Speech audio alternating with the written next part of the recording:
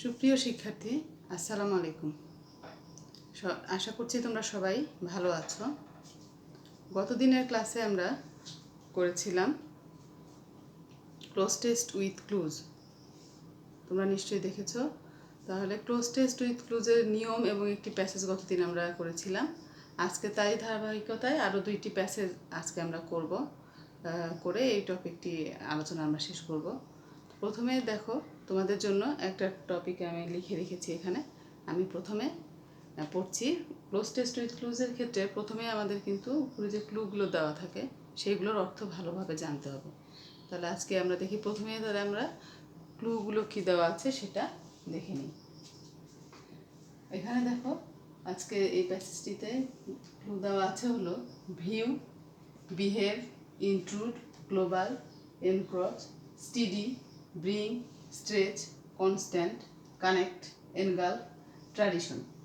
তাহলে ভিউ মানে হলো দেখা, যেহেতু আমাদের প্রথমে বাংলাগুলো কিন্তু খুবই জানা জরুরি। বিহেভ হলো আচরণ, ইনট্রুড হলো বাহির থেকে প্রবেশ করা, গ্লোবাল হলো বিশ্বায়ন, এনক্রচ মানে প্রবেশ করা, স্টিডি মানে ধীরে, ব্রিং মানে আনা, স্ট্রেচ মানে প্রসারিত, কনস্ট্যান্ট মানে অবিরত, কানেক্ট মানে যুক্ত, এনগালফ হলো প্রবেশ করা, ট্র্যাডিশন ঐতিহ্য।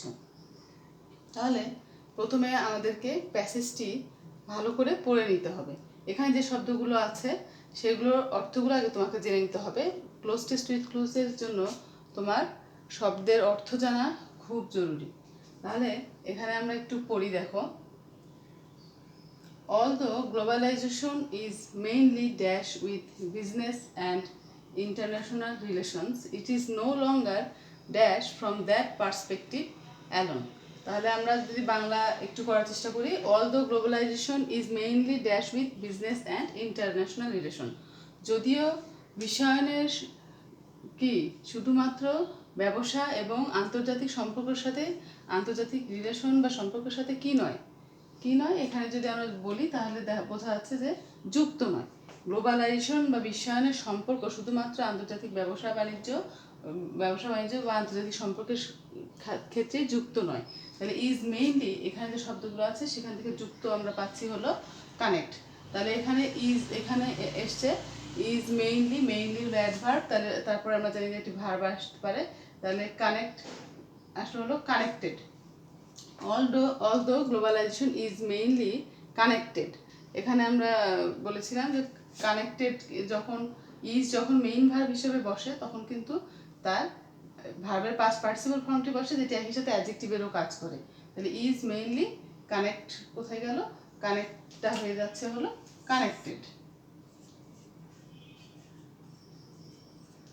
Although globalization is mainly connected with business and international relations, it is no longer dash from that, কিন্তু এটিকে শুধুমাত্র that perspective, ওই দৃষ্টিকোণ থেকে কি করা উচিত নয়, দেখা উচিত নয়। তাহলে it is no longer viewed, is আছে, ইজ এখানে মেইন ভার্ব হিসেবে কাজ করছে, এবং তারপরে তাহলে আমরা জানি যে ভার্বের ওই অ্যাডজেক্টিভ ফর্ম, শব্দের অ্যাডজেক্টিভ ফর্ম বসে। তাহলে দেখা, এখানে ভিউ আছে, তাহলে ভিউ এর পাস্ট পার্টিসিপল ফর্ম হলো ভিউড, সেটি আমাদেরকে লিখতে হচ্ছে। It is no longer viewed from that perspective alone. The effect of globalization is now dash into other spheres too. Spheres মানে কি, অন্যান্য ক্ষেত্র। তাহলে the effect of globalization, বিশ্বায়নের প্রভাব is now dash into other spheres too. বিশ্বায়নের প্রভাব বর্তমানে is now into other spheres too. তাহলে এখানে হবে হচ্ছে, তাহলে আমরা কি বলতে পারি যে বিশ্বায়নের প্রভাব অন্যান্য ক্ষেত্রেও কি প্রবেশ করে যাচ্ছে। ইজ নাও এনক্রচিং, এনক্রচ শব্দের অর্থ কিন্তু প্রবেশ করা।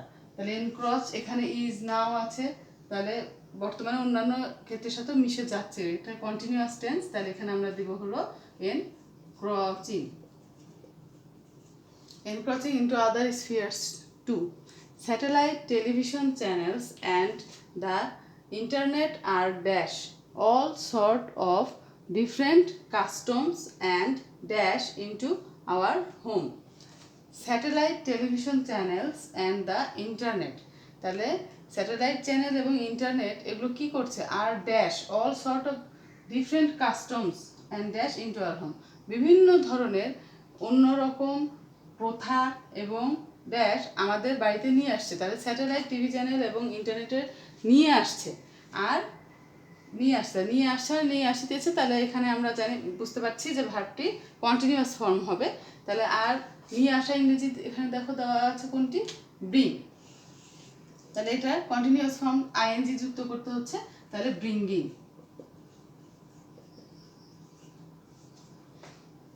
Satellite TV channels and the internet are bringing all sort of different customs and dash into our home. তাহলে different customs বিভিন্ন রকম প্রথা এবং ড্যাশ কি আর কি এখানে হতে পারে? বিভিন্ন রকম প্রথা এবং আমরা টেলিভিশন চ্যানেলের মাধ্যমে অন্যান্য দেশের বাহিরের বিশ্বের আচরণগুলোও কিন্তু আমরা দেখতে পাচ্ছি। আমরা সেটাও আমাদের জন্য সেটি নিয়ে আসছে, আমরা দেখতে পাচ্ছি, শিখতে পাচ্ছি।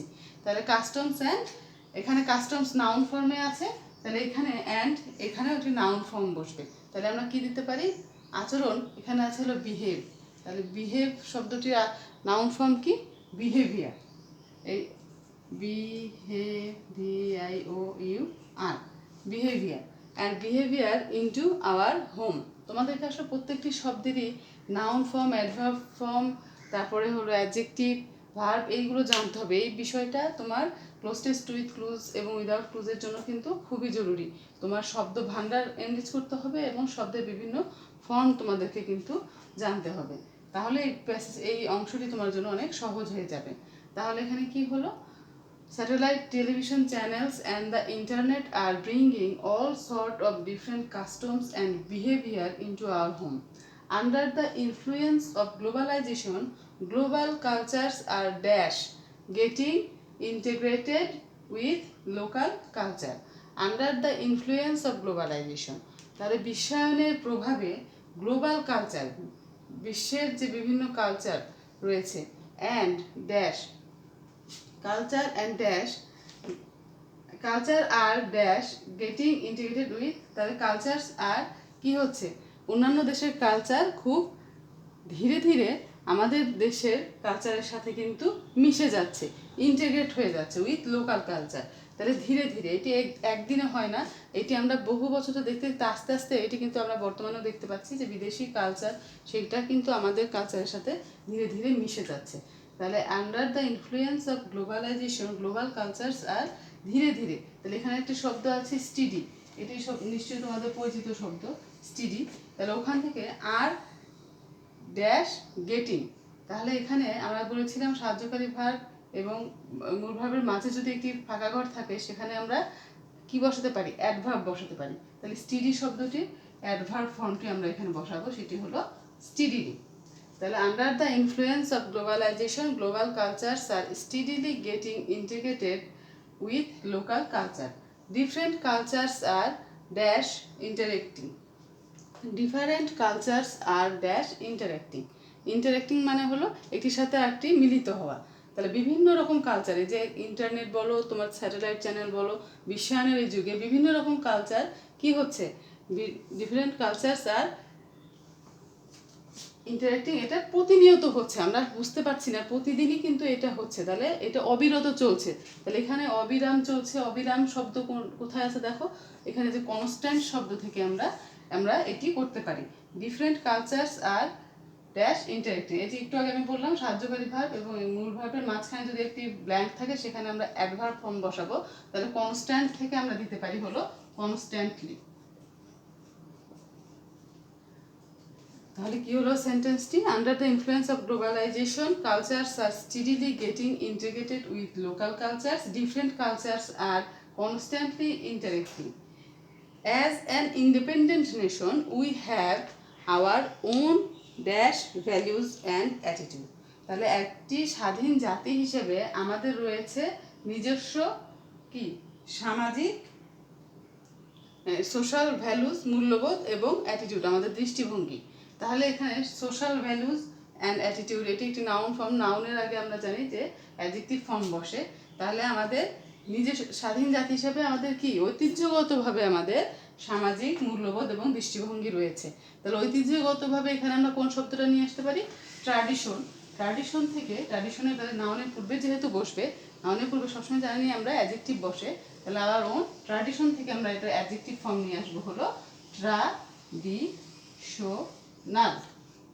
ট্র্যাডিশনাল। গতদিন কিন্তু এই নিয়মগুলো আমরা একটু আলোচনা করেছিলাম যে অ্যাডজেক্টিভ অ্যাডভার্ব এগুলো কোন জায়গায় একটু বেশি বসে, তাহলে কোন জায়গায় বসে আমরা আইডিয়া করতে পারবো। তাহলে আমাদের জন্য সুবিধা হয় কি যে ভার্ব ফর্মটা আমরা মোটামুটি জানি, এখন নাউন অ্যাডজেক্টিভ অ্যাডভার্ব এই তিনটা ফর্ম যদি সাথে আমরা বুঝতে পারি তাহলে কিন্তু এই বিষয়টি আমাদের জন্য সঠিক হওয়ার সম্ভাবনা অনেক বেড়ে যায়। কাজে ওইটা আমাদেরকে সবসময় খেয়াল রাখতে হবে।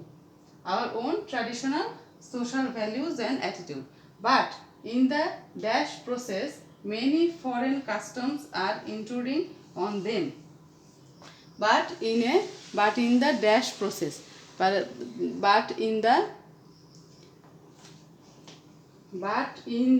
dash process, তাহলে বাট ইন দ্য এই যে বলছে যে আমাদের ছিল, আমাদের আছে, আমাদের নিজস্ব ঐতিহ্য এবং মূল্যবোধ আছে, but in the dash process, কিন্তু কিসের কারণে? Many foreign customs are including on them, কিসের কারণে বিদেশি অনেক প্রথা তাদের উপরে প্রভাব বিস্তার করছে, সেটি কোন কিসের প্রসেস? সেটি হলো গ্লোবালাইজেশনের process.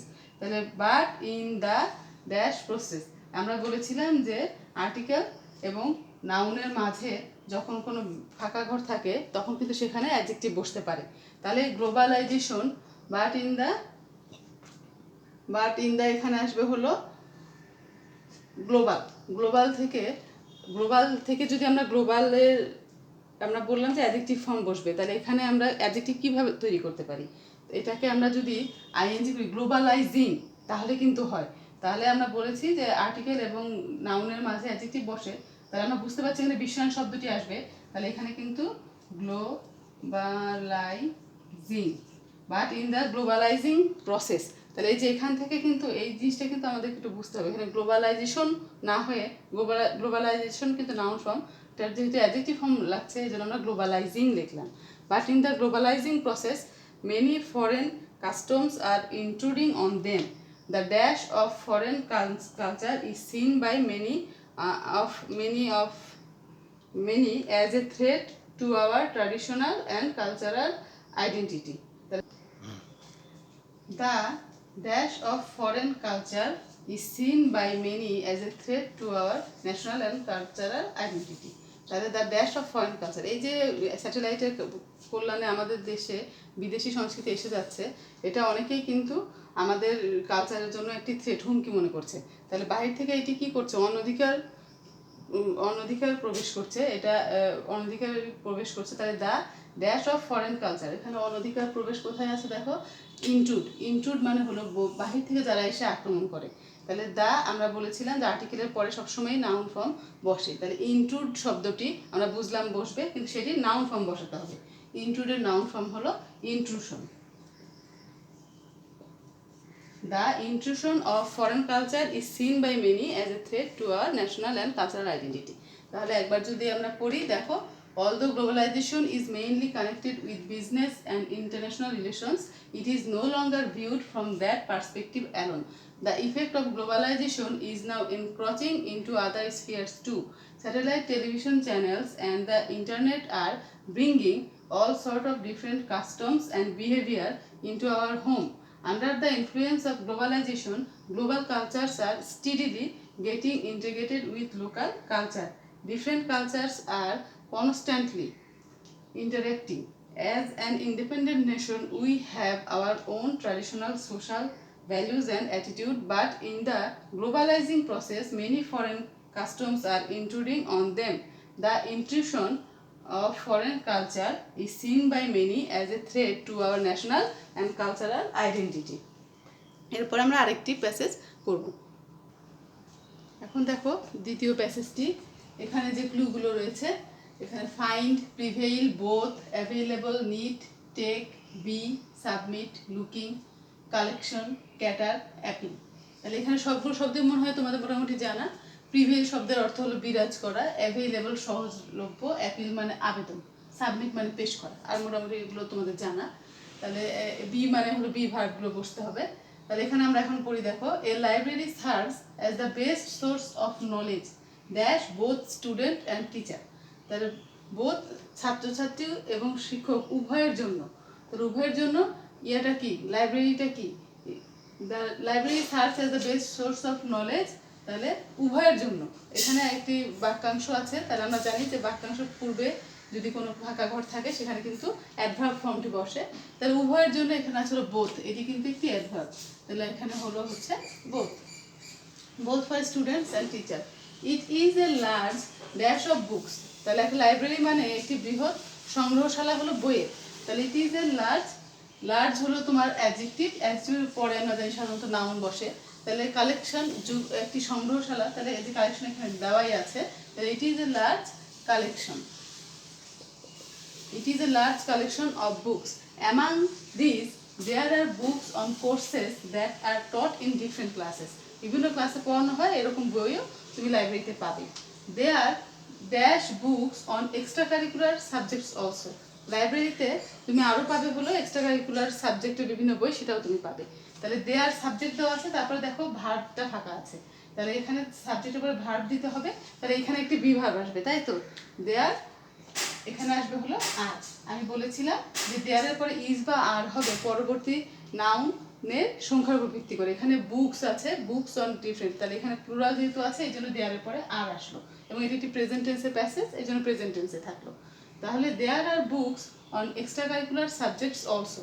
In the library newspaper and periodicals are also dash, তাহলে লাইব্রেরিতে কিন্তু তুমি বইয়ের সাথে সাথে বিভিন্ন রকম তুমি পেপার পত্রিকাও কিন্তু সেখানে সহজেই তুমি পাবে, ওখানে ওটা থাকবে, ওটা আনুষঙ্গিক একটা বিষয়, তাই সহজলভ্য।